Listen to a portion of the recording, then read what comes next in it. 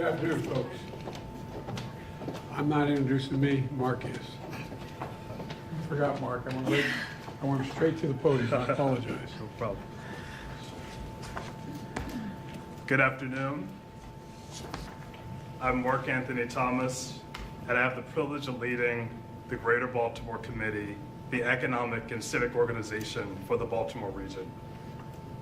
Like many post-industrial communities in America, Baltimore has faced long-standing challenges, suffered economic setbacks, and until recently, lacked the federal support to tell a brighter and more vibrant story of the community I know and love. The truth is, cities like Baltimore are brimming with possibility. They are filled with diverse, entrepreneurial minds.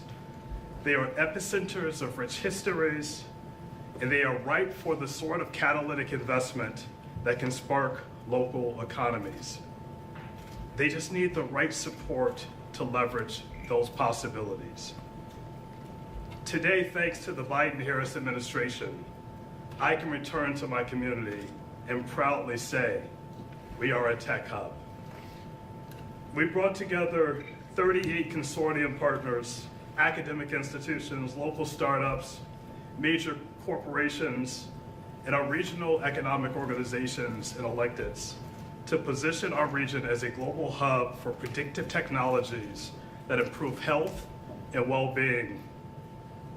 Over the next decade, we envision the economic impact could be staggering. More than $4.2 billion and 52,000 jobs could be created through this innovation. We found ourselves a real partner in this endeavor. Thanks to President Biden's leadership and the support of our state and local partners, Baltimore is poised to become one of the world's top biotech and artificial intelligence hubs. And so many communities just like ours are now set to become true economic powerhouses. It is now my honor and my privilege to introduce a true champion for innovation, President Joe Biden.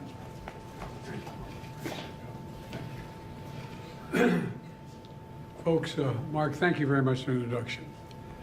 Look, a little over a year ago, I signed the Bipartisan Chips and Science Act. That act did two things. Excuse me, I have a little bit of a cold. First, it's a historic investment in bringing the semiconductor industry back to America. We invented the semiconductors. The little computer chips are about the size of the tip of your little finger. They affect nearly everything in our lives, from cell phones to automobiles, refrigerators, to the most sophisticated weapon systems we have. America invented these chips, but over time we went from producing nearly 40% of the world's chips down to producing just over 10%. And as a result of the Chips and Science Act, the semiconductor companies all over the world are investing over $100 billion to bring chip production back to the United States. I've visited almost every major center, starting from South Korea on, and they want to be here, building the chips here in America. Second, the bill created what we call tech hubs as part of the bill. A tech hub is we're going to invest in critical technologies like biotechnology, critical materials, quantum computing, advanced manufacturing. So the U.S. will lead the world again in innovation across the board. These hubs all around the country will bring together private industry, higher education, state and local governments, tribes, and organized labor. Today, we're announcing that 31 tech hubs spread across the entire company will be able to compete for up to $75 million each to accelerate and scale up their work. And I want to thank Majority Leader Chuck Schumer and Senator Todd Young and Representative Joe Morelli and Susan Wild for their work to make this happen. Representatives from many of these hubs are on the screen behind me, and in front of me that's why I was turning to look to see whether they're still there. The work they're doing is transformational. For example, a tech hub in Wisconsin is going to bring together research labs, medical device manufacturers, and engineers. They're going to build technology that supports personalized medicine, like tests, treatments, and therapies specifically tailored to to a patient's genetic code and medical records. And I believe it's going to save a lot of lives in the long run. Ohio, the largest concentration of rubber and plastic manufacturing in North America. In the Ohio hub, businesses and universities are going to come together to develop sustainable plastic and rubber technology that can be produced with fewer emissions and is able to be recycled and is biodegradable and is non-toxic, which is going to significantly impact on the environment.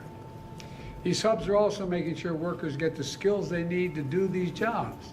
For example, the leadership of Majority Leader Schumer, a hub in upstate New York is going to support a workforce training program for New York semiconductor industry, which, by the way, has seen tens of billions of dollars in new investment because of the CHIPS and Science Act. This hub will have a particular focus on training people from communities historically left behind, like women, people of color, to work in the semiconductor industry. The list goes on. We're doing this from coast to coast, and in the heartland, in red states and blue states, small towns, cities of all sizes. All this is part of my strategy to invest in America and invest in Americans. It's working. We're creating good jobs in communities all across the country, including places where for decades factories have been shut down, hollowed out when jobs moved overseas to find cheaper employment.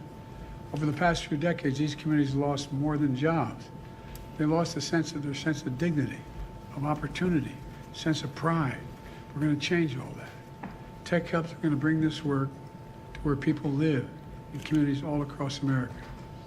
The press has started to call my plan Bidenomics.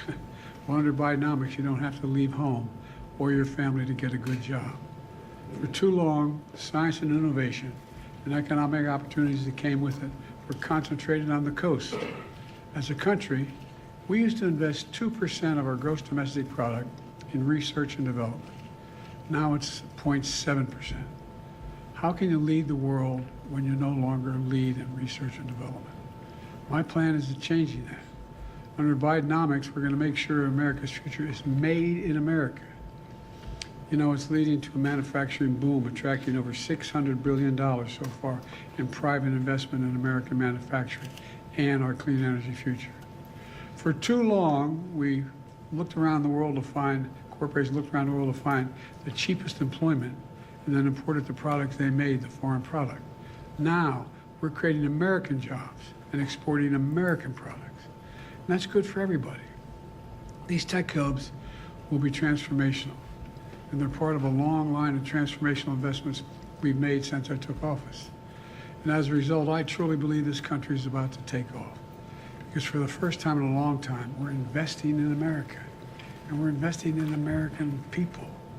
We're investing in our future. I can honestly say I've never been more optimistic about America's future. I want to thank you, and I'm going to leave you now with Secretary Gina Raimondo, who's been the engine behind this effort. And she's going to lead the discussion with representatives from these tech hubs on the screen behind me for all of you to see. I apologize, I have to go to the situation room with another issue that I have to deal with. Thank you, thank you, thank you. Sir, Pope Francis spoke with you yesterday. You spoke with Pope Francis by phone yesterday. I did. How did that conversation impact you? What did you take away from that conversation with Pope Francis? I'll answer just one question. The Pope and I are on the same page. He was very, very interested in what we were doing to deal with some of the crises that we're facing, particularly in Israel this time around. And I laid out to him what the game plan was, how we thought we should be providing the kind of assistance to Israel that needed. And the Pope was across the board supportive of what we're doing. Thank you. Should Israel stop the U.S. supporting the hostages for a ceasefire deal? Why did you? We should have a ceasefire. It's not a ceasefire. We should have those hostages released, and then we can talk. Has there been any progress on that front, Mr. President? Okay, thank you, press. We're going to line up here by the door. Thank you so much. We're going to hold.